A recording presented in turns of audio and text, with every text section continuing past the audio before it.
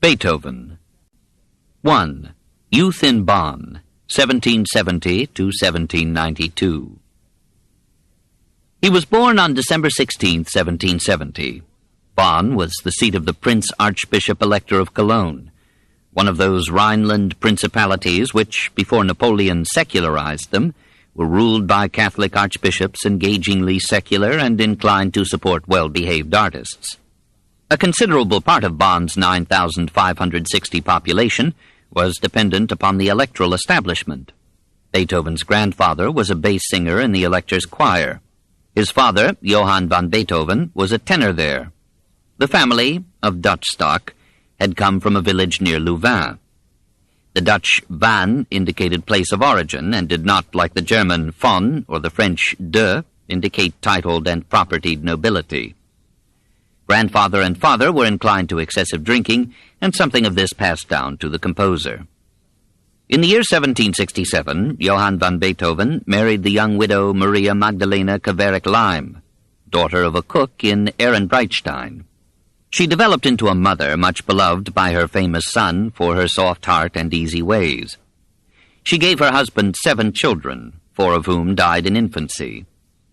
The survivors were the brothers Ludwig, Caspar Karl, 1774 to 1815, and Nikolaus Johann, 1776 to 1848. The father's salary of 300 florins as electoral court tenorist was apparently his sole income. The family lived in a poor quarter of Bonn, and the young Beethoven's surroundings and associations were not of a kind to make him a gentleman. He remained a rough-hewn rebel to the end.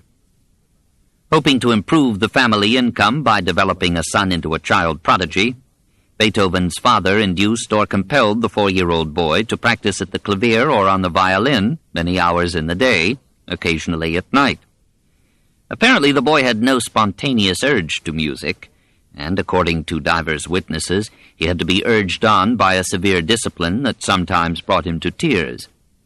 The torture succeeded, and the boy came to love the art that had cost him so many painful hours.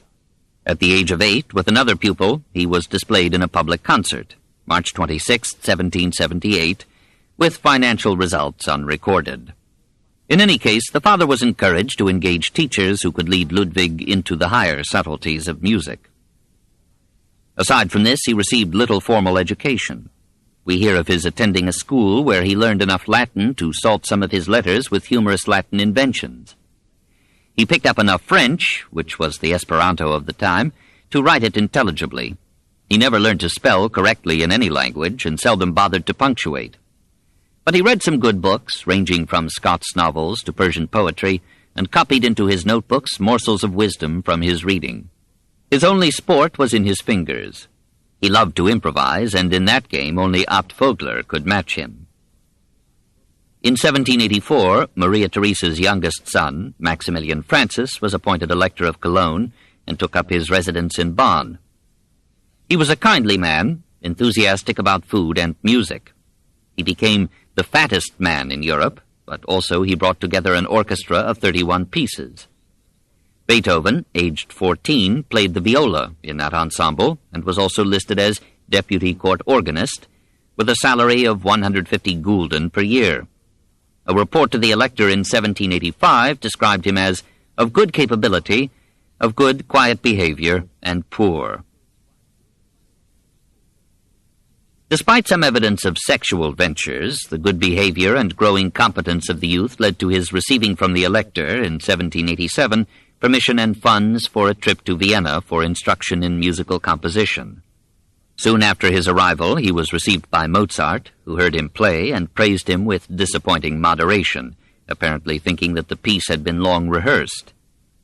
Suspecting this suspicion, Beethoven asked Mozart to give him on the piano a theme for variations. Mozart was astonished at the youth's fertility of invention and sureness of touch, and said to his friends, "Keep your eyes on him. Some day he will give the world something to talk about." But this story has too familiar an air. Mozart appears to have given the boy some lessons, but the death of Mozart's father, Leopold, on May 28, 1787, and news that Beethoven's mother was dying, cut this relationship short. Ludwig hurried back to Bonn and was at his mother's bedside when she died on July 17th. The father, whose tenor voice had long since decayed, wrote to the Elector, describing his extreme poverty and appealing for help. No answer is recorded, but another singer in the choir came to the rescue. In 1788, Ludwig himself added to the family income by giving piano lessons to Eleonora von Breuning and her brother Lawrence. Their widowed, wealthy, cultured mother received the young teacher into full equality with her children, and the friendships so formed helped in some measure to smooth the sharp corners of Beethoven's character. Helpful, too, was the kindness of Count Ferdinand von Waldstein, 1762 to 1823, himself a good musician and a close friend of the Elector. Learning of Beethoven's poverty, he sent him occasional gifts of money, pretending that they were from the Elector. Beethoven later dedicated to him the piano sonata, Opus 53 in C major, that bears his name. Ludwig needed help more than ever now, for his despondent father had surrendered to alcohol and had been with difficulty rescued from arrest as a public nuisance. In 1789, Beethoven, not yet 19, took upon himself the responsibility for his younger brothers and became legal head of the family. A decree of the Elector, on November 20th, ordered that the services of Johann van Beethoven should be dispensed with, and that half of his annual salary of 200 Reichsdaler should be paid him and the other half to his eldest son. Beethoven continued to earn a small sum as chief pianist and second organist in the Elector's orchestra. In 1790, flush with a triumph in London, Franz Joseph Haydn stopped at Bonn on his way home to Vienna. Beethoven presented to him a cantata that he had recently composed. Haydn praised it. Probably some word of this reached the Elector's ear. He listened favorably to suggestions that he allow the youth to go to Vienna for study with Haydn and to continue for some months to receive his salary as a musician on the Elector's staff. Probably Count von Waldstein had won this boon for his young friend. He wrote in Ludwig's album a farewell note. "Dear Beethoven, you are traveling to Vienna in fulfillment of your long-cherished wish. The genius of Mozart," who had died on December 5th, 1791, "is still weeping and bewailing the death of her favorite. Labor assiduously and receive Mozart's spirit from the hands of Haydn. Your true friend, Waldstein." Beethoven left Bonn, father, family, and friends, on or about November 1st, 1792. Soon afterward, French revolutionary troops occupied Bonn, and the Elector fled to Mainz. Beethoven never saw Bonn again. 2. Progress and Tragedy, 1792 to 1802. Arrived in Vienna, he found the city alive with musicians competing for patrons, audiences, and publishers, looking askance at every newcomer and finding no disarming beauty in the youth from Bonn. He was short, stocky, dark-complexioned, Anton Esterhazy called him the Moor, pockmarked, front upper teeth overlapping the lower, nose broad and flat, eyes deep-set and challenging, and head like a bullet, wearing a wig and a van. He was not designed for popularity with either the public or his competitors, but he was rarely without a rescuing friend. Soon came news that his father had died on December 18, 1792. Some difficulty having developed about Beethoven's share in his father's small annuity, he petitioned the Elector for its continuance. The Elector responded by doubling it, and added, "He is further to receive 3 measures of grain for the education of his brothers," Karl and Johann, who had moved to Vienna. Beethoven, grateful, made some good resolutions. In a friend's album, May 22, 1793, he wrote, using the words of Schiller's Don Carlos, "I am not wicked. Hot blood is my fault. My crime is that I am young. Even though wildly surging emotions may betray my heart, yet my heart is good." He resolved to do good wherever possible, to love liberty above all else, never to deny the truth, even before the throne. He kept his expenditures to a stoic minimum. For December 1792, 14 florins for rent, 6 florins for rent of a piano, eating each time 12 kreutzer, meals with wine 6.5 florins. Another memorandum lists Haydn at various times as costing 2 groschen, a few cents. Apparently Haydn was asking little for his lessons. For a while, the student accepted correction humbly, but as the lessons continued, Haydn found it impossible to accept Beethoven's reported deviations from orthodox rules of composition. Toward the end of 1793, Beethoven quit his aging master and went 3 times a week to study counterpoint with a man more famous as teacher than as composer, Johann Georg Albrechtsberger. Concurrently, 3 times a week, he studied violin with Ignaz Schuppanzig. In 1795, having taken all that he felt need of from Albrechtsberger, he applied to Antonio Salieri, then director of the Vienna Opera, for instruction in composition for the voice. Salieri charged nothing to poor pupils. Beethoven presented himself as such and was accepted. All 4 of these teachers found him a difficult disciple, bursting with ideas of his own, and resenting the formalism of the musical theory offered him. We can imagine the shudders generated in Papa Haydn, who lived till 1809, by the irregularities and sonorities of Beethoven's compositions. Despite, perhaps because of, his deviations from traveled roads, Beethoven's performances won him, by 1794, a reputation as the most interesting pianist in Vienna. The pianoforte had won its battle with the harpsichord. Johann Christian Bach in 1768 had begun performing solos on it in England. Mozart adopted it. Haydn followed suit in 1780. Muzio Clementi was composing concertos definitely designed for the piano and its new flexibility between piano and forte, between staccato and sostenuto. Beethoven made full use of the piano's powers and his own, especially in his improvisations, where no printed notation hampered his style. Ferdinand Ries, pupil of both Haydn and Beethoven, later declared, "No artist that I ever heard came at all near the height which Beethoven attained in this branch of playing. The wealth of ideas which forced themselves on him, the caprices to which he surrendered himself, the variety of treatment, the difficulties were inexhaustible." It was as a pianist that the patrons of music first appreciated him. At an evening concert in the home of Baron van Swieten, after the program had been completed, the host, biographer Schindler relates, detained Beethoven and persuaded him to add a few fugues of Bach as an evening blessing. Prince Karl Lichnowsky, the leading amateur musician in Vienna, so liked Beethoven that he regularly engaged him for his Friday musicales, and for a time entertained him as a house guest. Beethoven, however, could not adjust himself to the prince's meal hours and preferred a nearby hotel. The most enthusiastic of the composer's titled patrons was Prince Lobkowitz, an excellent violinist, who spent nearly all his income on music and musicians.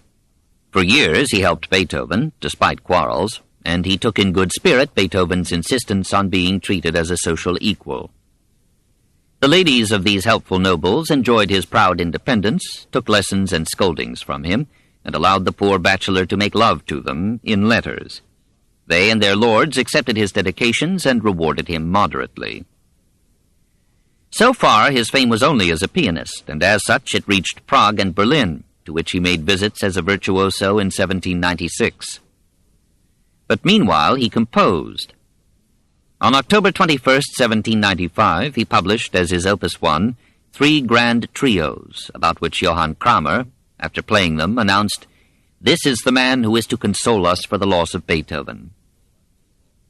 Stimulated by such praise, Beethoven wrote in his notebook, "Courage! Despite all bodily weaknesses, my spirit shall rule. This year must determine the complete man. Nothing must remain undone." In 1797, Napoleon, unseen, first came into Beethoven's life. The young general, having driven the Austrians from Lombardy, had led his army over the Alps and was nearing Vienna. The surprised capital extemporized defense as well as it could with guns and hymns.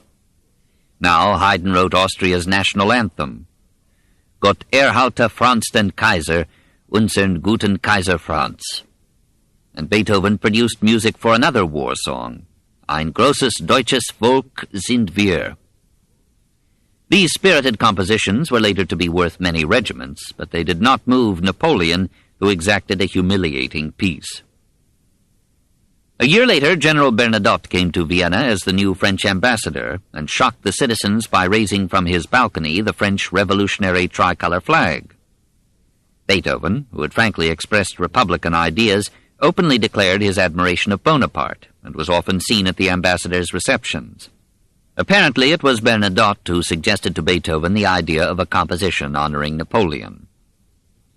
Seeking to tap nearer services, Ludwig in 1799 dedicated his Opus 13, Grande Sonate Pathétique, to Prince Lichnowsky in gratitude for favors received or hoped for.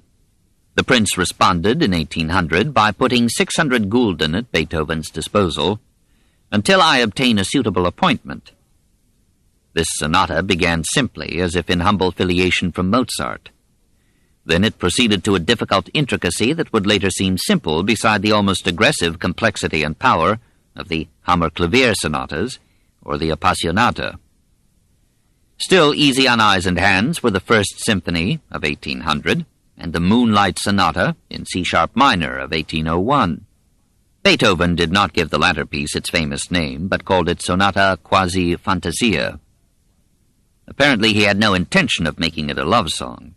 It is true that he dedicated it to the Countess Giulia Guicciardi, who was among the untouchable goddesses of his reveries, but it had been written for another occasion, quite unrelated to this divinity. To the year 1802 belongs one of the strangest and most appealing documents in the history of music. This secret Heiligenstadt Testament, which was not seen by others till found in Beethoven's papers after his death, is intelligible only through a frank confrontation of his character. There had been many pleasant qualities in it in his youth, a buoyancy of spirit, a fund of humor, a devotion to study, a readiness to help, and many of his bond friends, his teacher Christian Gottlob Nefer, his pupil Eleonora von Breuning, his patron Count von Waldstein, remained devoted to him despite his growing bitterness against life. In Vienna, however, he alienated one friend after another until he was left almost alone. When they heard that he was dying, they came back and did what they could to ease his pains. His early environment scarred him lastingly. He could never forget and never forgive the toilsome, anxious poverty or the humiliation of seeing his father surrender to failure and drink. He himself, as the years saddened him, yielded more and more to the amnesia of wine. In Vienna, his stature, 5 feet 5 inches, invited wit, and his face was no fortune, his hair thick, disheveled, bristling, his heavy beard spreading up to his sunken eyes, and sometimes allowed to grow to half an inch before shaving. "O God," he cried in 1819, "what a plague it is to one when he has so fatal a face as mine." These physical disadvantages were probably a spur to achievement, but after the first few years in Vienna, they discouraged care of his dress, his body, his rooms, or his manners.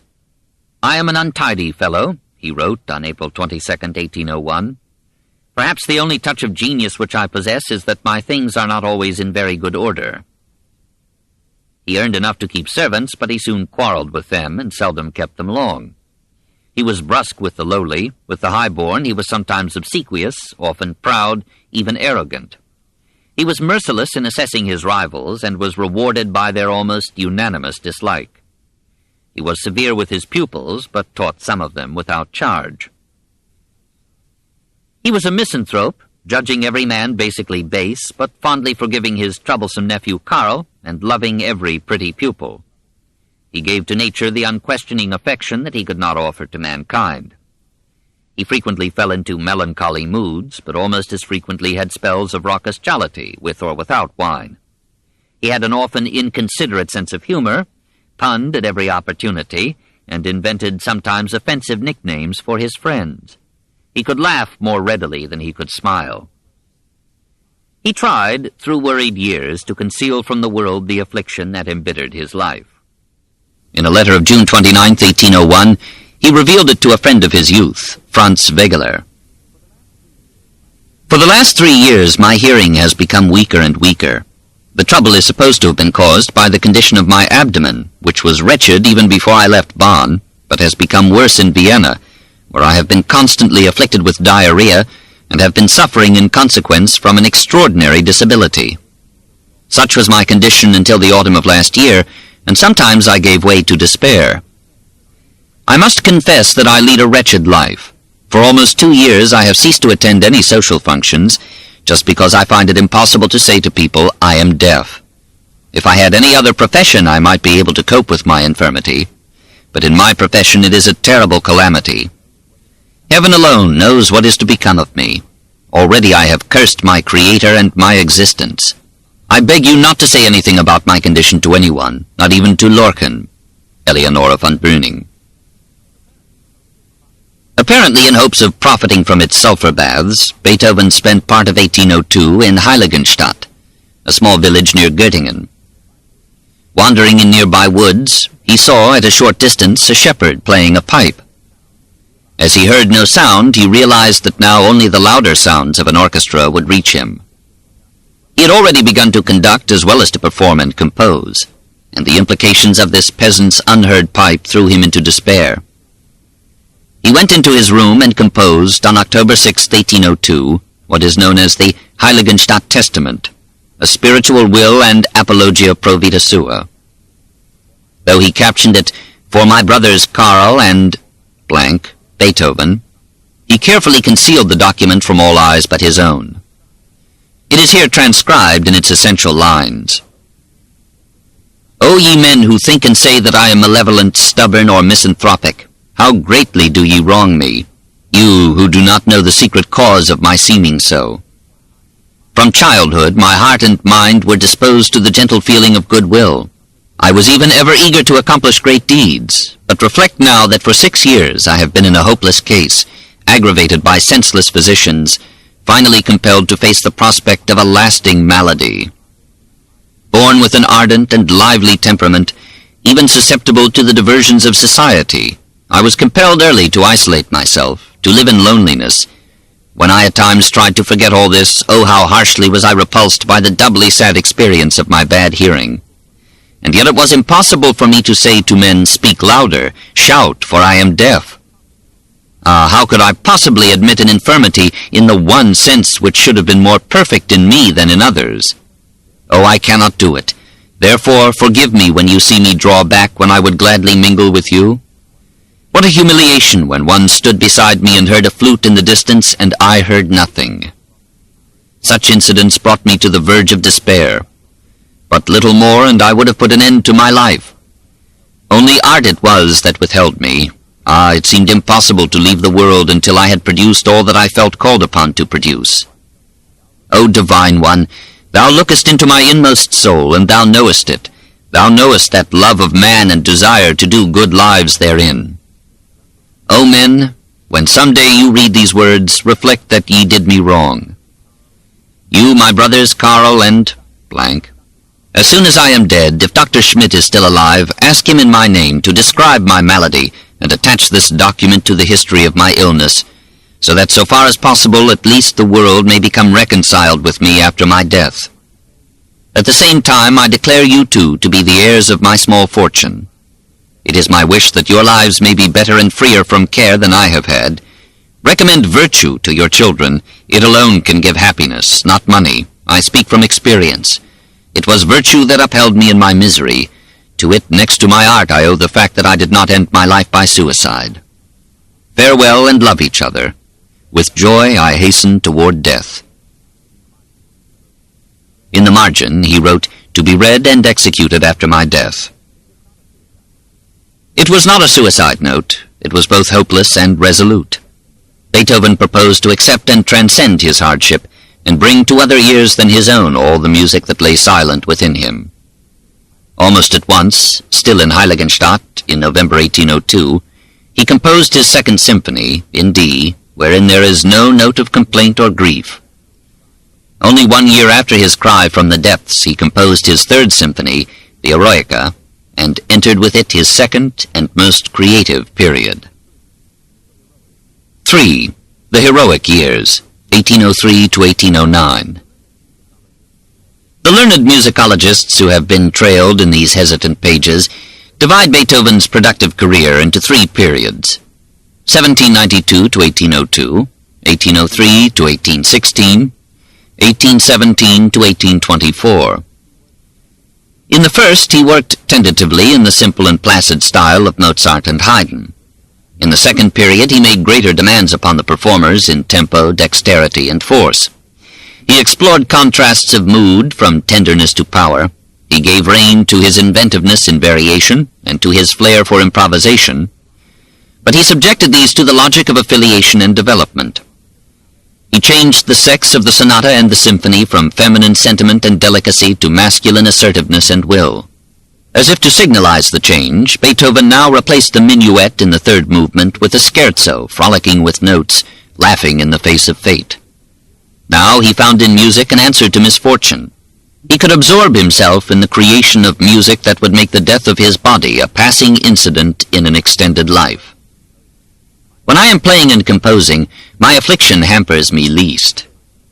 He could no longer hear his melodies with his physical ears, but he could hear them with his eyes, with the musician's secret ability to transfer imagined notes into spots and lines of ink, and then hear them soundless from the printed pages. Almost all the works of this period became classics, appearing through succeeding generations in orchestral repertoires. The Kreutzer Sonata, Opus 47, composed in 1803 for violinist George Bridgetower, was dedicated to Rudolf Kreutzer, teacher of the violin in the Paris Conservatory of Music. Beethoven had met him in Vienna in 1798. Kreutzer judged the piece alien to his style or mood and seems never to have played it publicly. Beethoven ranked as the best of his symphonies the Eroica, composed in 1803 to 1804. Half the world knows the story about its original dedication to Napoleon. Despite his titled friends and judicious dedications, Beethoven remained to the end of his life a resolute Republican, and he applauded the seizure and reconstitution of the French government by Bonaparte in 1799 to 1800 as a move toward responsible rule.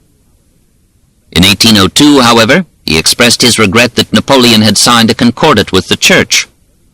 Now, he wrote, everything is going back to the old track. As to the dedication, let an eyewitness, Ferdinand Ries, tell the tale.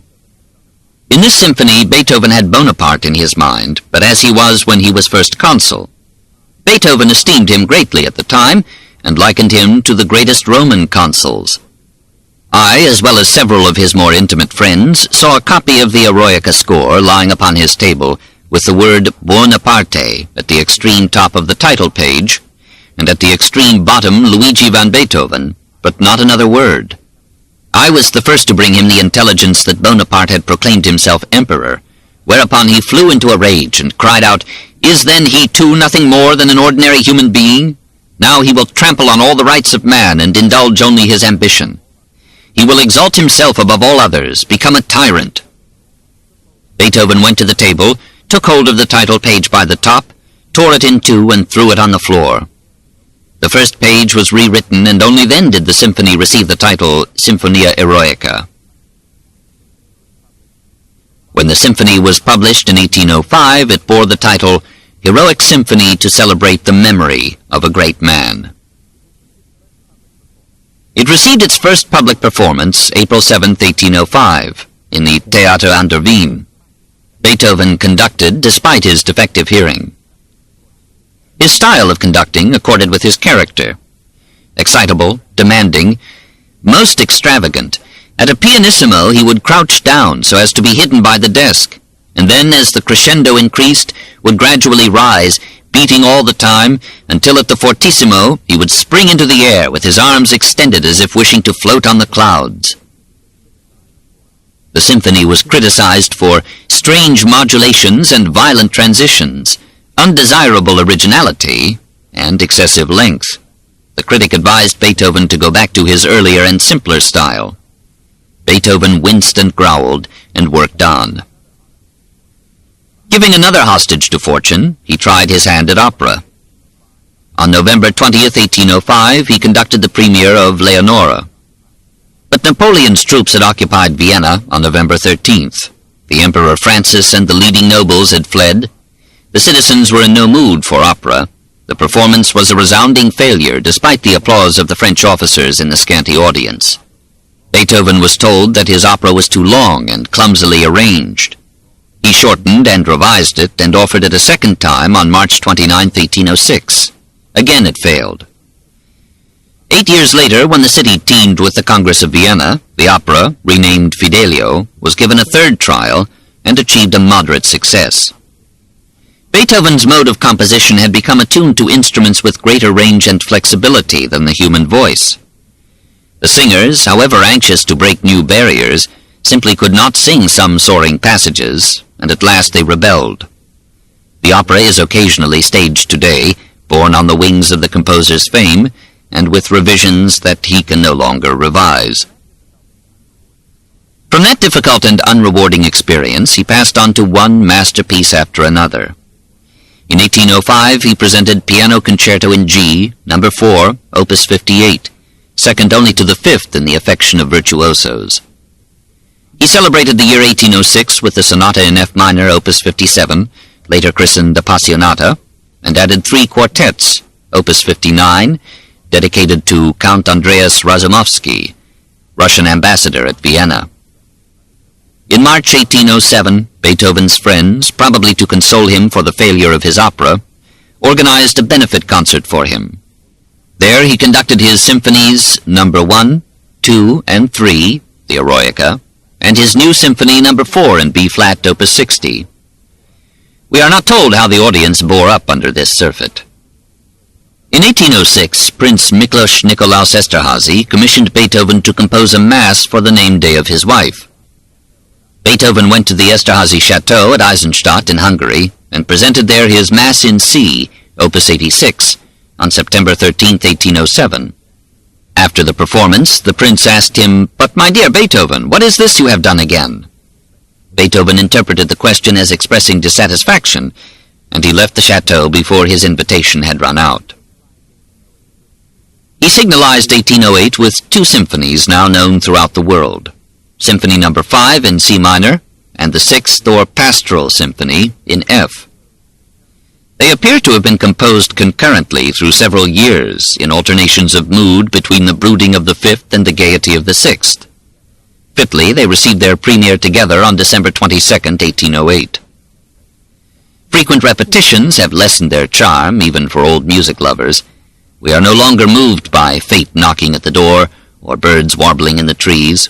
But perhaps the fading of our enchantment is due to the lack of musical education that might have equipped us to follow with appreciation and pleasure the logic of thematic contrasts and developments, the cooperation of counterpoint, the playful rivalry of different instruments, the dialogue of winds and strings, the mood of each movement, the structure and direction of the whole.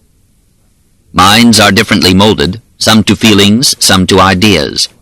It must have been as hard for Hegel to understand Beethoven as for Beethoven, or anyone, to understand Hegel. In 1808 to 1809, he composed the Piano Concerto No. 5 in E-flat, Opus 73, known as The Emperor.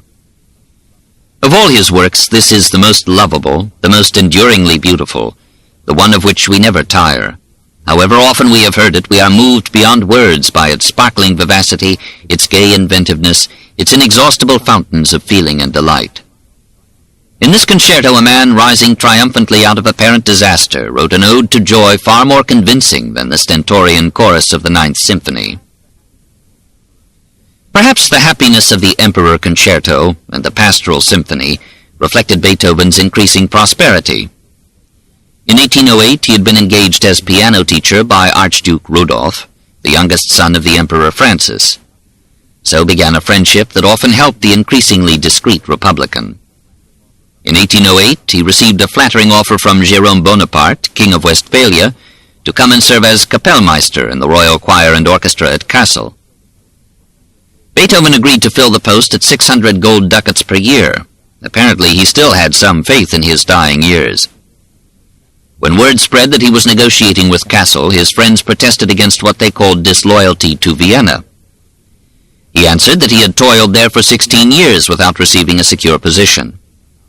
On February 26, 1809, the Archduke sent him a formal agreement by which, in return for Beethoven's remaining in Vienna, he would be guaranteed an annual sum of 4,000 florins, of which Rudolph would pay 1,500, Prince Lobkowitz 700, and Count Kinsky 1,800. In addition, Beethoven might keep whatever he earned. He accepted and stayed. In that year, 1809, Papa Haydn died, and Beethoven inherited his crown. 4. The lover. Having achieved economic stability, he returned to his lifelong quest for a wife. He was a warmly sexual man. Presumably he found a variety of outlets, but he had long felt the need for a permanent companionship. In Bonn, according to his friend Wegeler, he was always loving. In 1801 he mentioned to Wegeler, "A dear sweet girl who loves me and whom I love." This is generally supposed to have been his 17-year-old pupil, Countess Julia Guicciardi. However, she married Count Gallenberg. In 1805, Beethoven centered his hopes upon the widowed Countess Josephine von Thym, to whom he sent a passionate declaration. "Here I give you a solemn promise that in a short time I shall stand before you more worthy of myself and of you. Oh, if only you would attach some value to this. I mean to founding my happiness by means of your love. Oh, beloved Josephina, it is no desire for the other sex that draws me near to you. It is just you, your whole self, with all your individual qualities. This has compelled my regard. This has bound all my feelings, all my emotional power to you. You make me hope that your heart will long beat for me. Mine can only cease to beat for you when it no longer beats." Apparently the lady turned to other prospects. 2 years later, Beethoven was still appealing to be admitted to her presence. She did not reply. In March 1807, he paid such devout attentions to Madame Marie Bigot that her husband protested. Beethoven sent "Dear Maria, dear Bigot," a letter of apology, declaring, "It is one of my chief principles never to be in any other relationship with the wife of another man than that of friendship." On March 14, 1809, expecting to be in Freiburg, he wrote to Baron von Gleichenstein, "Now you can help me to look for a wife. Indeed, you might find some beautiful girl at Freiburg who would perhaps now and then grant a side to my harmonies. If you do find one, please form the connection in advance. But she must be beautiful, for it is impossible for me to love anything that is not beautiful, or else I should have to love myself." But this was presumably one of Beethoven's jokes. More serious was his affair with Teresa Malfatti. She was another of his pupils, daughter of a distinguished physician. A letter to her of May 8, 1810, has some of the air of an accepted lover. On May 2nd, Beethoven had sent an urgent request to Wegeler, then at Koblenz, to go to Bonn and locate and send him the composer's baptismal certificate. "For I have been said to be older than I am." Wegeler complied. Beethoven made no acknowledgment, and in July, Stefan von Breuning wrote to Wegeler, "I believe his marriage project has fallen through, and for this reason he no longer feels the lively desire to thank you for your trouble."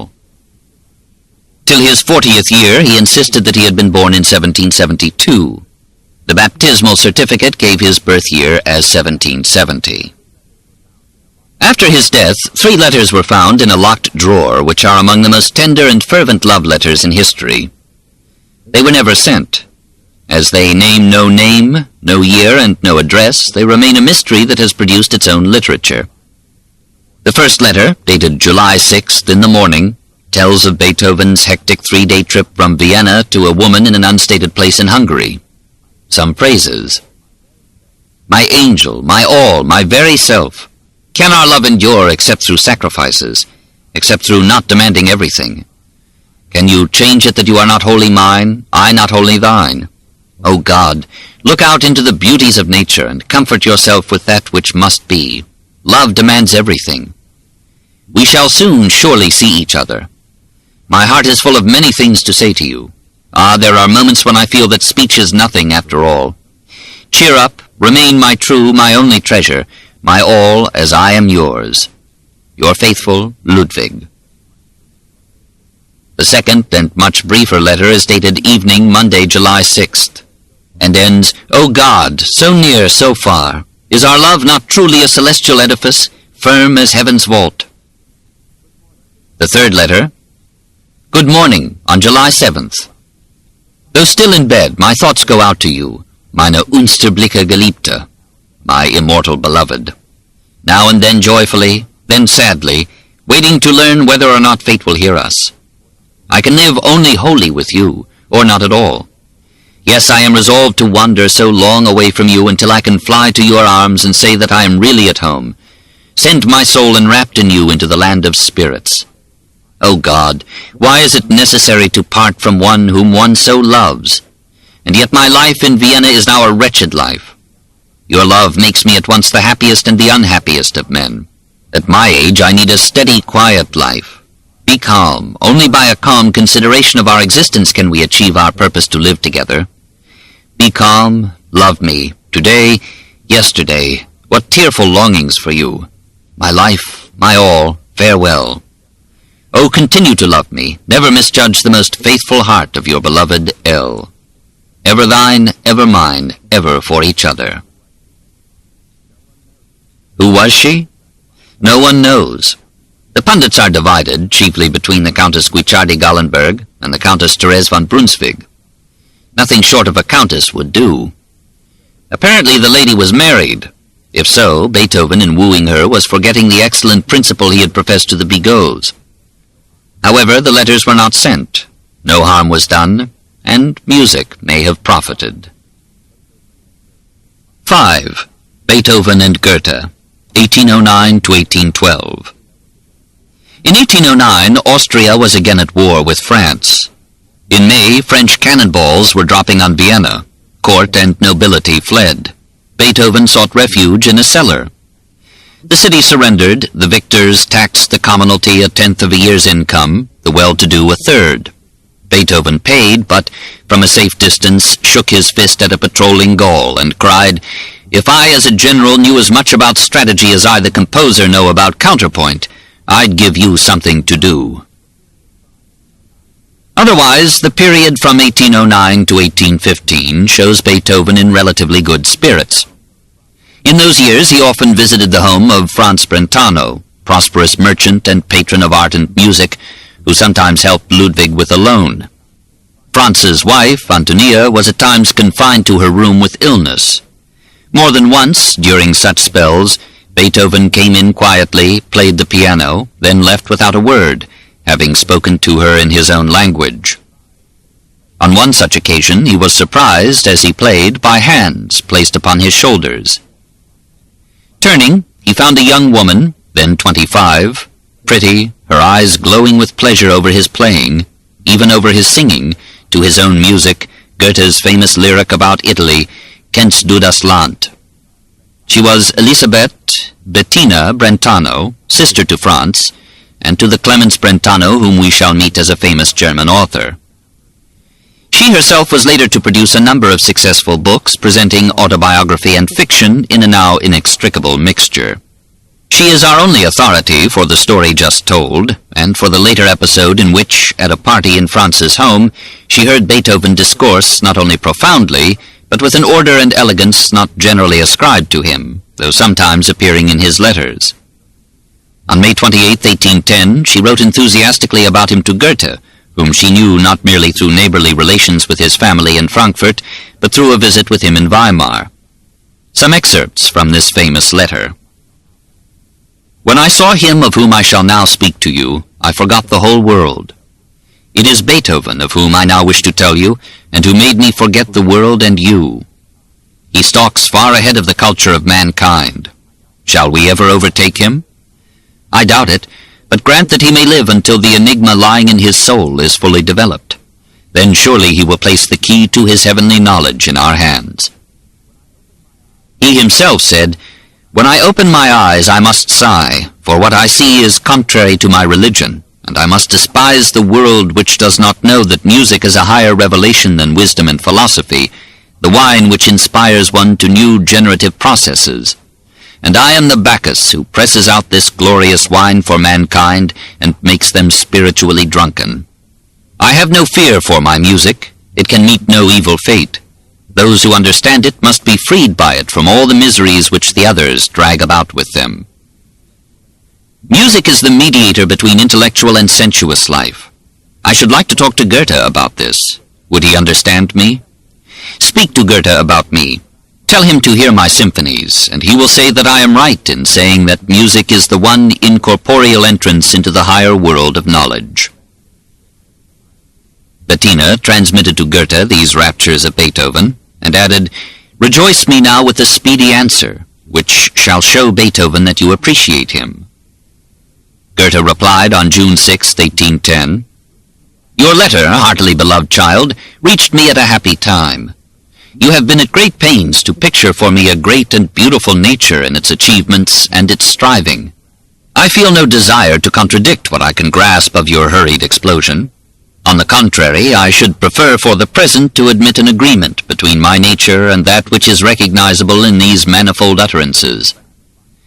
The ordinary human mind might perhaps find contradictions in it, but before that which is uttered by one possessed of such a demon, an ordinary layman must stand in reverence. Give Beethoven my heartiest greetings, and tell him that I would willingly make sacrifices to have his acquaintance. You may be able to persuade him to make a journey to Carlsbad, whither I go nearly every year, and would have the greatest leisure to listen to him and learn from him." Beethoven was unable to get to Carlsbad, but the two supreme artists of their time met at Teplitz, a watering place in Bohemia, in July 1812. Goethe visited Beethoven's lodgings there and gave a first impression in a letter to his wife. "A more self-centered, energetic, sincere artist I never saw. I can understand right well how singular must be his attitude toward the world." On July 21st and 23rd he spent the evenings with Beethoven, who, he reported, played delightfully. Familiar the story how, on one of their walks together, there came towards them the whole court, the Empress of Austria and the dukes. Beethoven said, "Keep hold of my arm. They must make room for us, not we for them." Goethe was of a different opinion, and the situation became awkward for him. He let go of Beethoven's arm and took a stand at the side with his hat off, while Beethoven, with folded arm, walked right through the dukes and only tilted his hat slightly while the dukes stepped aside to make room for him, and all greeted him pleasantly. On the other side he stopped and waited for Goethe, who had permitted the company to pass by him where he stood with bowed head. "Well," Beethoven said, "I've waited for you because I honor and respect you as you deserve, but you did those yonder too much honor." This was Beethoven's account, according to Bettina, who adds, "Afterward Beethoven came running to us and told us everything." We do not have Goethe's account. Perhaps we should be skeptical, too, about the story, variously and inconsistently related, that when Goethe expressed vexation at interruptions of their conversation by greetings from passers-by, Beethoven answered him, "Do not let them trouble, Your Excellency. Perhaps the greetings are intended for me." Dubious as they sound, both stories harmonize with authentic expressions in which the two geniuses summarized their meetings. On August 9th, Beethoven wrote to his Leipzig publishers, Breitkopf and Hertel, "Goethe is too fond of the atmosphere of the court, more so than is becoming to a poet." On September 2nd, Goethe wrote to Karl Zelter, "I made Beethoven's acquaintance in Teplitz. His talent amazed me. Unfortunately, he is an utterly untamed personality, not altogether in the wrong in holding the world to be detestable, but who does not make it any the more enjoyable either for himself or for others by his attitude. He is very excusable, on the other hand, and much to be pitied, as his hearing is leaving him, which perhaps mars the musical part of his nature less than the social. He is of a laconic nature, and will become doubly so because of this lack." 6. The Last Victories, 1811 to 1824. Wherever he went, he composed. In 1811, he gave final form to Opus 97 in B-flat, a trio for piano, violin, and violoncello, and dedicated it to the Archduke Rudolph, whence its name. It is one of his brightest, clearest, cleanest works, least confused by profusion, almost statuesque in its organic form. His last appearance as a performer was at the piano in a presentation of this classic in April 1814. He was now so deaf that he had lost the proper adjustment of hand and pedal pressure to musical intent. Some of the fortissimi drowned out the strings, while some pianissimi were inaudible. In May 1812, while Napoleon was massing 500,000 men for death in Russia, Beethoven issued his 7th Symphony, which, less often performed, seems now to wear better than the 5th or the 6th. Here is a somber dirge for lost greatness and shattered hopes. and here too is tenderness for fading but cherished loves, and a quest for understanding and peace. As its funeral march was an unwitting 1812 overture to Napoleon's disaster in Moscow, so its premiere, on December 8, 1813, was contemporary with the collapse of Napoleon's power in Germany and Spain. The enthusiastic reception of this symphony gladdened for a time the aging pessimist, who continued to produce masterpieces that for him had to be like those on Keats's Grecian urn, ditties of no tone. The Eighth Symphony, written in October 1812, first performed on February 27, 1814, was not so well received. The master had relaxed and had decided to be playful. It did not quite accord with the mood of a nation watching its fate daily hanging on the fortunes of war. But now we may delight in the jolly, prancing scherzando, whose persistent punctuation apparently made fun of a recent invention, the metronome. The most successful of Beethoven's compositions was Die Schlacht von Vittoria, offered in Vienna on December 8, 1813, to celebrate the battle in which Wellington had definitely destroyed French power in Spain. The news brought tardy satisfaction to the Austrian capital, which had been repeatedly humiliated by the apparently invincible Corsican. Now, for the first time, Beethoven became really famous in his adopted city. The music, we are told, hardly deserved its triumph. Die Schlacht war schlecht. Its subject and success made Beethoven popular with the dignitaries who, in 1814, attended the Congress of Vienna. The composer forgivably took the opportunity to organize a benefit concert for himself. The imperial court, resplendent with victory, offered him the use of its spacious Redoutensaal. Beethoven sent personal invitations to the notables of the Congress. 6,000 persons attended, and Beethoven was enabled to hide a substantial sum to cushion his future and his nephews. On November 11, 1815, his brother Karl died, after bequeathing a small sum to Ludwig and appointing him co-guardian with the widow of an 8-year-old son, Karl. From 1815 to 1826, Beethoven carried on in letters and the courts a searing contest with widow Theresia for control of Karl's movements, education, and soul.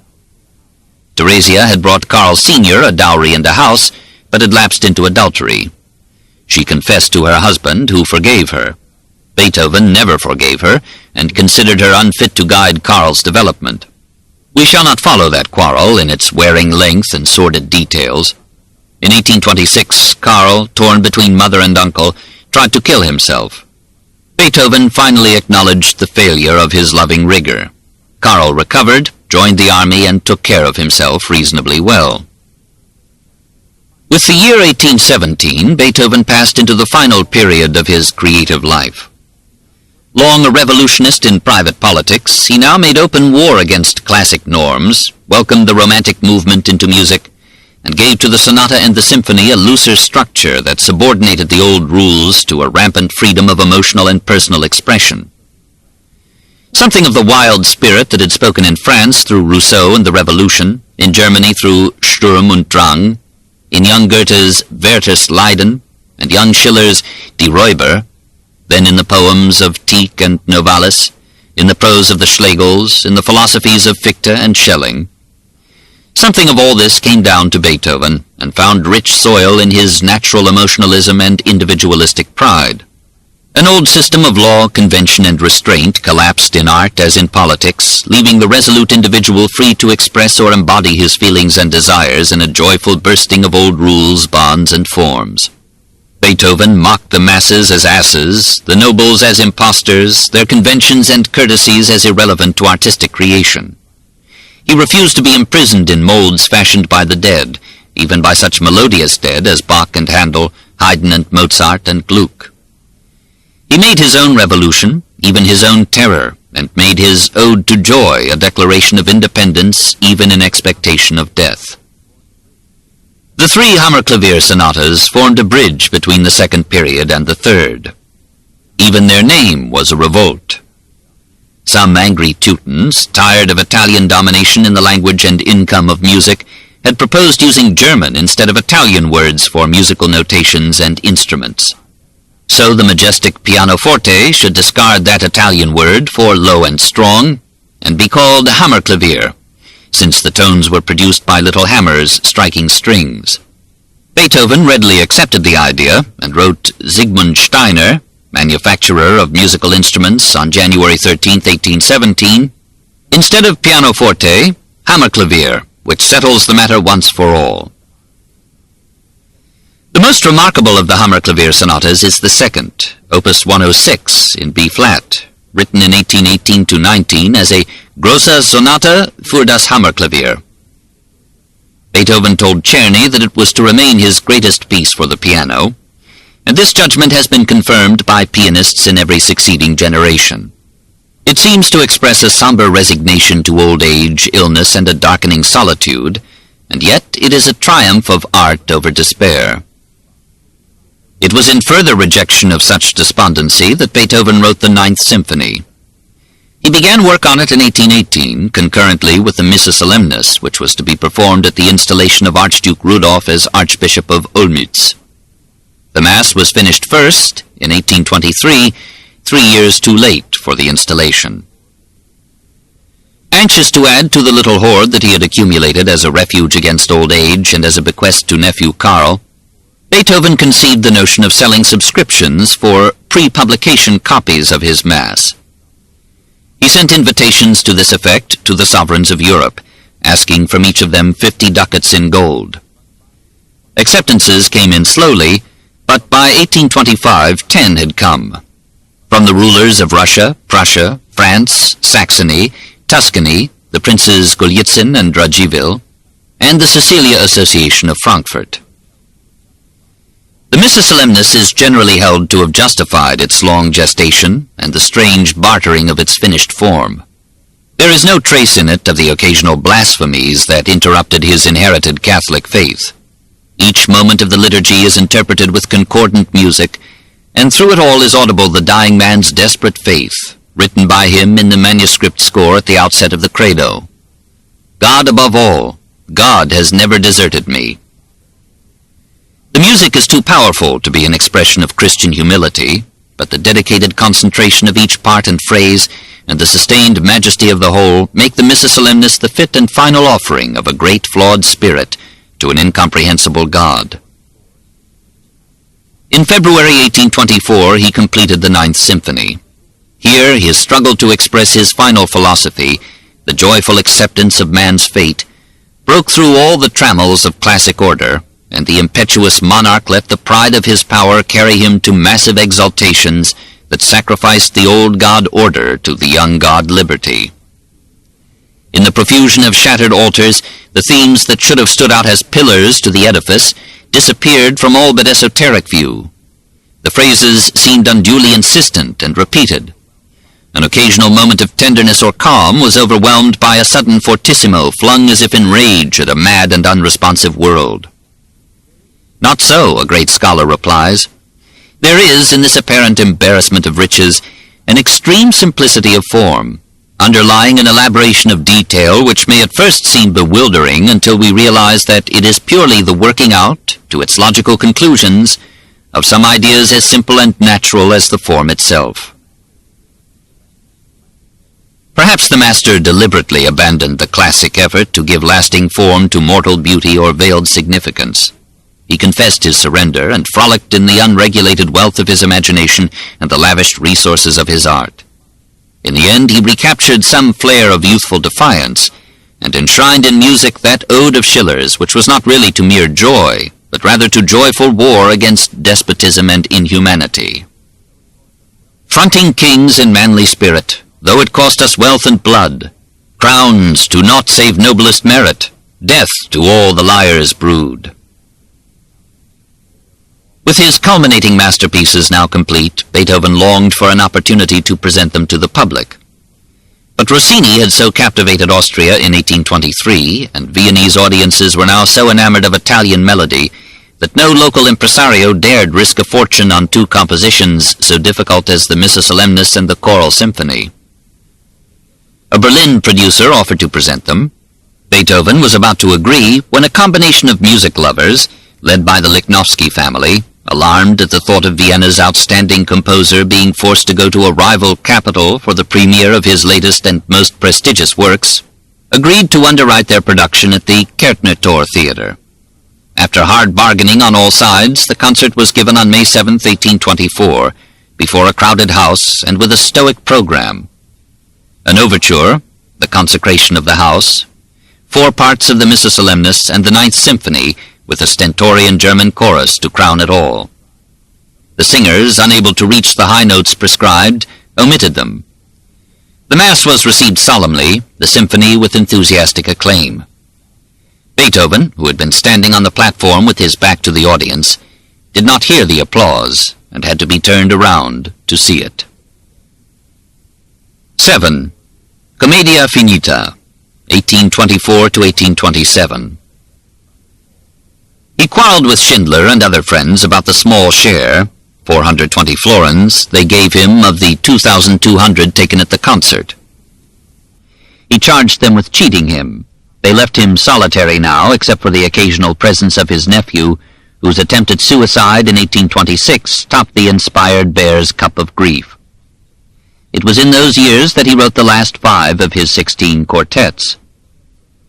The spark for these labors had come in 1823 from the offer of Prince Nikolai Golitsyn to pay any sum demanded for 1, 2, or 3 quartets to be dedicated to him. Beethoven agreed for 50 ducats each. Those 3, opuses 127, 130, and 132, and opuses 131 and 135, constitute the terminal quartets whose mysterious strangeness has ensured their fame. Opus 130 was privately played in 1826 to the avowed delight of the listeners, except that the performers found the 4th movement beyond their powers. Beethoven wrote a simpler finale. The rejected movement is now offered as Grosse Fuge, Opus 133, which a Beethoven scholar bravely interprets as expressing the composer's final philosophy. Life and reality are composed of inseparable opposites, good and evil, joy and sorrow, health and sickness, birth and death, and wisdom will adjust itself to them as the inescapable essence of life. Most highly praised of the 5, and considered by Beethoven to be his greatest quartet, is Opus 131 in C-sharp minor, finished on August 7, 1826. Here, we are told, the mystical vision is most perfectly sustained. Heard again recently, it seemed to be a long, weird wail, the pitiful moaning of a mortally wounded animal. The last of the 5, Opus 135, states a motto for its final movement. Muss es sein? Must it be? And gives the answer, Es muss sein. On December 2, 1826, racked by a tearing cough, Beethoven asked for a doctor. 2 of his former physicians refused to come. A third, Dr. Wawruk, came and diagnosed pneumonia. Beethoven took to his bed.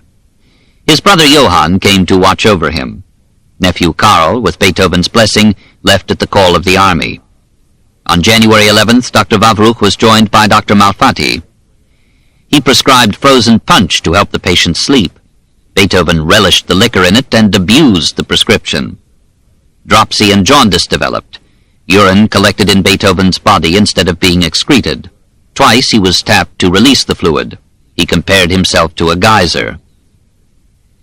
Resolved to make no use of the bank shares, totaling 10,000 florins, which he had hidden for Karl, and faced by rapidly rising expenses, Beethoven wrote on March 6, 1827, to Sir George Smart of London, "What is to become of me? What am I to live on until I have recovered my lost strength and can again earn my living by means of my pen? I beg you to exert all your influence to induce the Philharmonic Society to carry out their former decision to give a concert for my benefit. My strength is not equal to saying anything more." The Society sent him £100 as an advance on the receipts of the proposed concert. By March 16th, the physicians agreed that Beethoven had not long to live. They and brother Johann asked his consent to summoning a priest. "I wish it," he answered. His occasional bouts with God had been forgotten. His letter of March 14th shows him ready to accept whatever God in his divine wisdom might decree. On March 23rd, he received the last sacrament, apparently in a docile mood. His brother later reported that the dying man had said to him, I thank you for this last service." Soon after the ceremony, Beethoven said to Schindler, "Commedia finita est," referring apparently not to the religious service, but to life itself. The phrase was used in the classic Roman theater to announce the end of the play. He died on March 26, 1827, after 3 months of suffering. A few moments before his death, a flash of lightning illuminated the room, followed by a sharp clap of thunder. Aroused, Beethoven raised his right arm and shook his clenched fist, apparently at the storm. Soon thereafter, his agony ended. We shall never know what that last gesture meant. The post-mortem examination revealed the complex of internal disorders that had darkened his life and his temper. The liver was shrunken and diseased. The arteries of the ears were clogged with fatty particles, and the auditory nerves were degenerated. The pains in the head, indigestion, colic, and jaundice, of which he frequently complained, and the deep depression which gives the key to so many of his letters, would all follow naturally from the chronic inflammation of the liver and the digestive derangements to which it would give rise. Probably his love of walking and the open air had moderated these ailments and had given him most of the painless hours in his life. His funeral was attended by 30,000 persons. Hummel, the pianist, and Kreutzer, the violinist, were among the pallbearers. Schubert, Czerny, and Grillparzer were among the torchbearers. The tombstone bore only the name Beethoven and his dates of birth and death.